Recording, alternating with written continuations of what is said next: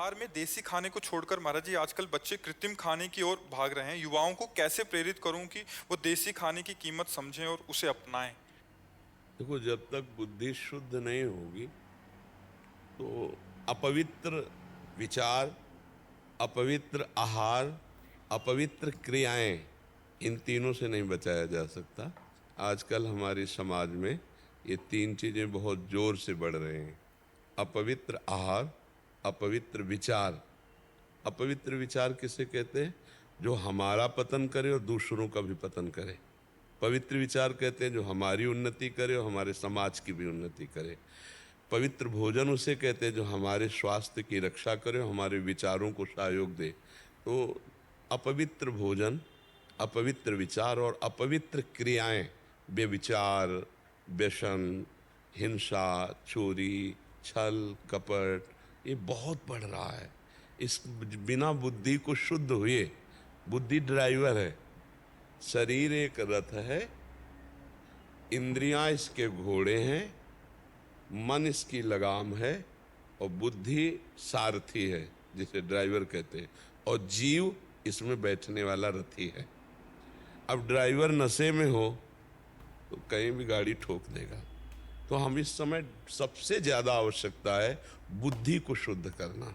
बुद्धि शुद्ध हो जाए तो अच्छा ही न लगेगा। जैसे अपने लोगों के सामने कभी ये सांसारिक भोजन, होटलों का भोजन, तो एक मतलब अंदर से एक, कि वो पता नहीं किस विचार से बनाया हो, किस पवित्रता से बनाया हो। कई दिन की दाल रखी हो जिसको अभी फ्राई करके दिया है, कई दिन का आटा लगा हो जिसकी रोटी बना के दिया है, और क्या क्या अपवित्रता का बर्ताव है।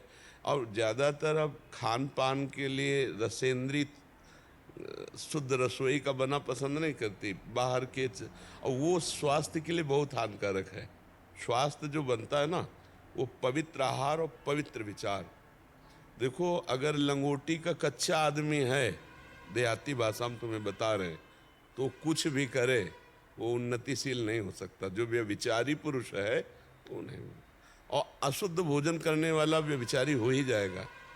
तो लोगों की मान्यता है कि हम जैसे मांस खा करके, अंडा खा करके या ऐसे और आहार करके हम अपने शरीर को बलवान कर सकते हैं। नहीं, सात्विक और भजन बल का जो आत्मबल है, आत्मशक्ति है, उसमें बड़ा बल होता है। ब्रह्मचर्य, संयम और सात्विक भोजन में जो बल है वो गंदे भोजन में बल नहीं है। दूसरे जीवों की हिंसा करके आप अपने शरीर को पुष्ट कर रहे हैं तो आप आत्मबलहीन हो रहे हैं। शरीर बल भले आपका बड़ा दिखाई दे, और आत्मबल ना होने के कारण आप काम विजयी नहीं हो सकते, आप क्रोध विजयी नहीं हो सकते, आप अहंकार विजयी नहीं हो सकते। फिर आपके पास बचा क्या? आपका नाश करने के लिए आपका दुश्मन आपके अंदर ही बैठा है। काम, क्रोध, लोभ, मोह, मद, मत्सर, ये आपको ढेर कर देगा, कहीं न कहीं आपको नष्ट कर देगा। तो अगर बुद्धि शुद्ध हो तो आहार शुद्ध हो, आहार शुद्ध हो तो विचार शुद्ध हो, और विचार शुद्ध हो तो क्रियाएं शुद्ध हो। एक ये जो स्वास्थ्य है ना, एक ये सन्यासी की तरह जीवन होता है, इसमें बड़ा पवित्र जीवन जिया। अब तो केवल प्रदर्शन रह गया है, नहीं तो हमारे गांव में 10-20 लोग ऐसे होते थे जो तो सब मठा पीने वाले, रोटी और घी और दाल खाने वाले होते थे। ये तो अशुद्ध पदार्थ तो अब तो चल गया बहुत। अब तो जिसको देखो मैगी और पिज़्ज़ा और बर्गर और सैंडविच, अब यही भोजन रह गया, ले रह गया तो यही रह गया। यही भोजन रह गया है।